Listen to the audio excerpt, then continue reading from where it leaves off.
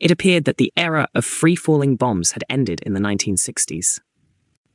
The development of anti-aircraft missiles would never permit bombers to fly over enemy territory and strike with high-explosive aerial bombs. Nevertheless, the nature of conflicts demonstrated that it was premature to dismiss the free-fall bombs.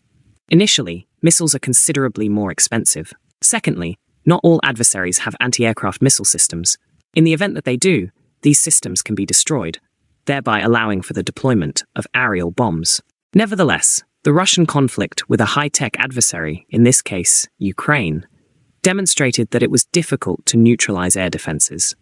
The devastated systems are promptly replaced by new ones. So what can be done? The solution was provided by aerial bombs, which Russia abbreviates it as FABs with UMPC, Unified Planning and Correction Module.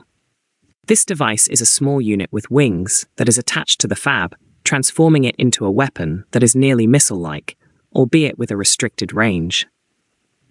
Just how restricted? It is contingent upon one's viewpoint. Today's Russian UMPCs are capable of executing attacks from a distance of up to 70 kilometers from the targets. What are the disadvantages of UMPCs?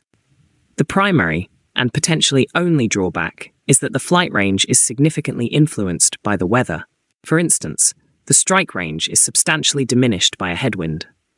The launch conditions are an additional constraint.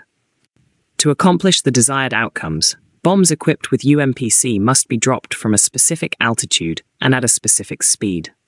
A reduced range is associated with a lower altitude. Enemy anti-aircraft systems find it simpler to target aircraft at higher altitudes. Nevertheless, they are able to remain in the death zone for anti-aircraft missiles by remaining below the radar in close proximity to the ground. However, FABs are incapable of being deployed effectively from such low altitudes, at least not over very long distances. In such circumstances, missiles are typically employed to engage targets. However, the cost issue resurfaces. Typically, these missiles are employed exclusively to strike the most critical targets. Nevertheless, it appears that the cost issue, at least in relation to the Kh-38 missiles, has been largely resolved. Alternatively, it is possible that the issue was not price, but rather quantity. The Russian aerospace forces are currently receiving an adequate quantity of new missiles to employ them against both critical targets and typical field fortifications, as was recently demonstrated in the Kharkiv region.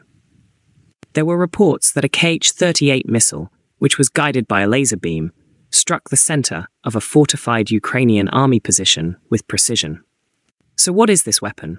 The Kh-38 missile is a relatively recent development that was initially introduced at the MAX 2007 airshow. Its range is 40 kilometers, which is shorter than that of bombs equipped with UMPC. However, as previously mentioned, it can be launched from nearly any altitude. The warhead of the missile is 250 kilograms, which is comparable to the FAP 500 warhead. It may be armed with cluster, penetrating, or high-explosive fragmentation warheads. This missile is capable of being transported by nearly all combat helicopters and aircraft of the Russian aerospace forces. However, the helicopter version is outfitted with a unique booster. The missile can be equipped with a variety of guidance systems, depending on the circumstances of combat. However, the fundamental version is laser-guided. The Grom-1 and Grom-2 missile bombs were developed by the Tactical Missiles Corporation in 2015, and they are based on the Kh-38. The export versions are classified as Grom-E1 and Grom-E2. The Grom-1 is a guided missile that contains a potent warhead that weighs 520 kilograms. The Grom-2 is a gliding weapon that replaces the engine with an additional 165 kilograms warhead, resulting in a total weight of 598 kilograms. It is presently unknown whether these modifications are being used in Ukraine. Do you think free-fall aerial bombs are here to stay? Let us know in the comments. We discuss such interesting topics every day. Please like, share and subscribe for more such stories in the future.